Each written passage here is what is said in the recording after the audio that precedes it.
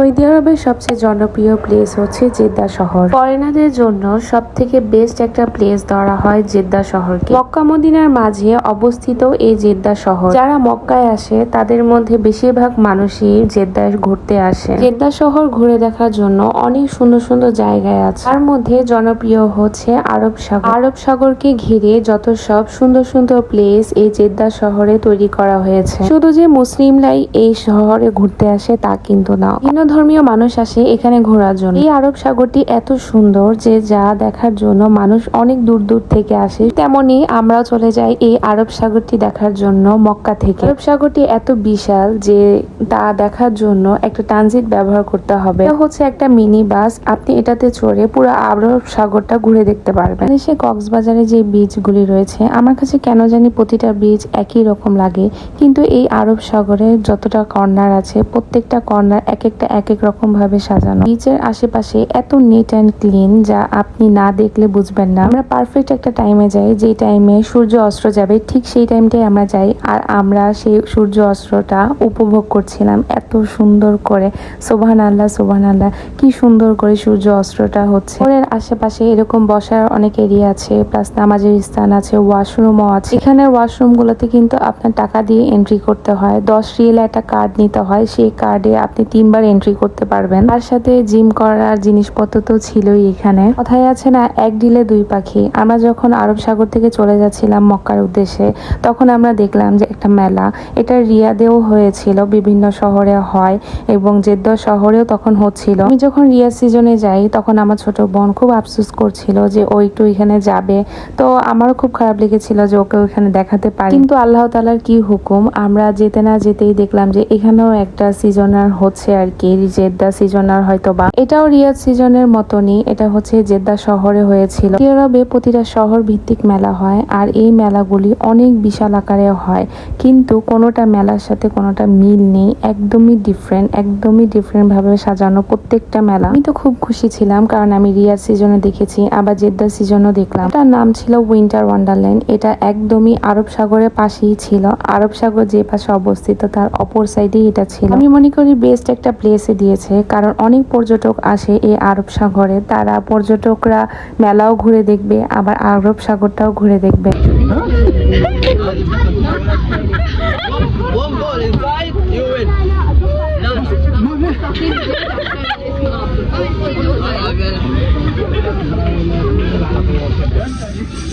والناس مستنوني قاعدين يلا يلا يا شو ضريبة اربع مرات ما حد بعدك الله اكبر بسم الله بسم الله كن عليك ايوه يلا قولوا محاولة الله اكبر اوف شيت last one الدق بدين زيادة لا الله اكبر প্রথমে যে বলটা দেখেছেন, আমার হাজবেন্ড ভেবেছে সেই বলটা দিয়ে এই ক্যানগুলো ফেলাতে হবে, কিন্তু পরে দেখলো যে এর থেকে হালকা একটা বল দেওয়া হয়েছে ক্যান ফেলানোর জন্য। মেলাগুলোতে দিনের সৌন্দর্য দিনে দেখা যায়, রাতের সৌন্দর্য রাতেই। যারা জেদ্দা শহরে ঘুরতে যাবেন তারা অবশ্যই খবর নিয়ে যাবেন যে মেলাটা হচ্ছে কিনা, তাহলে একসাথে দুইটাই দেখা হয়ে যাবে। যেহেতু পাশাপাশি আছে তো দুইটা একসাথে দেখা হবে। মেলাগুলোতে খাবার স্টল সহ বিভিন্ন অ্যাক্টিভিটি সব ধরনের জিনিস এখানে আছে। ছোট থেকে বড় সব ধরনের বয়সের যারা আছে তারা সব ধরনের অ্যাক্টিভিটিস এখানে করতে পারবেন। এদের গ্রাফিক্সের কথা আমি কি বলবো, এত সুন্দর, এদের ইন্টেরিয়র গুলো এত সুন্দর করে সাজিয়েছে। কিছু কিছু ডল দেখলে মনে হবে যে এগুলো একদমই রিয়েল। আমার মেয়ের সব থেকে পছন্দের রাইড হচ্ছে কার রাইডিং, ও এটা খুব পছন্দ করে। কোনো জায়গায় যদি এটা থাকে তাহলে ও মাস্ট বি এটা ট্রাই করে। দেন আমরা হাঁটতে হাঁটতে চলে যাই গ্লোবাল সিটি। সেখানে হচ্ছে সারা বিশ্বের যতগুলো স্টোর আছে সেখানে দেওয়া, সারা বিশ্বে বলতে আরব কান্ট্রি যতগুলো স্টল আছে ওইখানে পার্ট পার্ট আকারে দেওয়া আছে। এখানে একটা ফ্রি ড্রিঙ্কস আমাদের ট্রাই করতে দেয়, আমাদের ভালো লাগে কিনা। গ্লোবাল স্টেটের প্রথমেই হচ্ছে চায়না যত কিছু আইটেম আছে এটার মধ্যে আছে পুতুল হতে জামা কাপড় হতে সবকিছু আছে। আপনাদের এক একটা আইটেম দেখলে মনে হয় খুব রিয়েল আর খুবই